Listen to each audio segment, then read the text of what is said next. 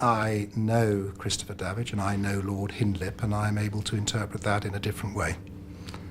So to me, it certainly does not imply that Lord Hindlip was involved in the conspiracy. As the evidence of wider knowledge has mounted, to old Christie's hands the denials seem increasingly implausible. Davidge says in his evidence they knew. Lash is right in memos. Charlie is providing a letter of comfort. I mean, these things can't be done in a vacuum. I mean, something has to make it happen, and it can only happen because of knowledge that they have. So they had to have known. Otherwise there'd be no memos, no letter of comfort, no concern. Because the conspiracy remained concealed, top Christie's directors made money when Francois Pinault bought the company.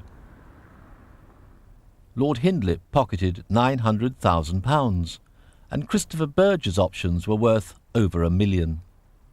Had the conspiracy been revealed sooner, Pinault wouldn't have bought Christie's, and directors wouldn't have got their big payouts. We wanted to ask Lord Hindlip how much he knew at the time, but he turned us down. Shortly afterwards, Hindlip did talk to the Sunday Telegraph. There he admitted that he knew something of what was going on, though not the scale of it, and added it was obvious it wasn't going to work. He said he told other executives he didn't think it was a very clever idea. Following publication, we again asked Lord Hindlip for an interview. We wanted to know when he knew about the conspiracy, why he failed to stop it, how many other Christie's executives he told, who they were, and why he failed to warn Christie's present owner before he bought the company. Once again, Lord Hindlip turned us down. Had the American authorities been aware that more Christie's directors had known about the conspiracy and failed to act, Christie's might not have got its amnesty.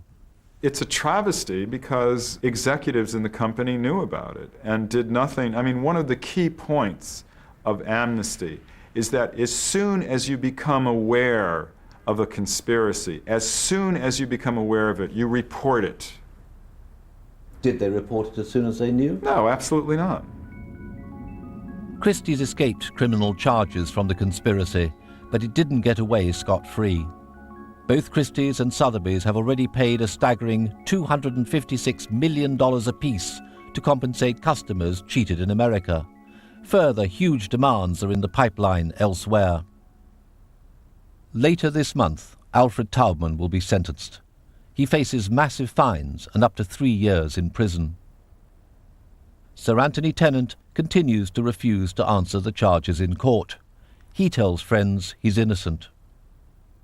As chairman of the trustees of the Royal Academy in Piccadilly, Tennant is still at the heart of the London arts establishment, but his freedom to travel remains severely curtailed. He's as bad as Taubman, as far as I'm concerned, and just better not step foot in the U.S. or whatever other countries I heard we got extradition rights. Better stay where he is. You're looking out for him all over the world, in many places. Yes. And you regard him as a fugitive? Yes. Both auction houses' reputations have been badly tarnished by the Great Art Swindle. But until Christie's comes clean about who knew what and when, its reputation may prove the harder to rebuild.